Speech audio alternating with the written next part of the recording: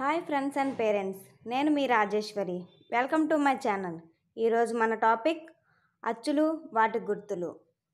ఆ తలకట్టు, ఆ దీర్ఘం, ఈ గుడి, ఈ గుడి దీర్ఘం, ఊ కొమ్ము, ఊ కొమ్ము దీర్ఘం, రు రుత్వం, రు రోత్వం, ఏ యత్వం, ఏ ఏత్వం, ఐ ఐత్వం, ఓ వత్వం, ఓ ఓత్వం, ఔ ఔత్వం,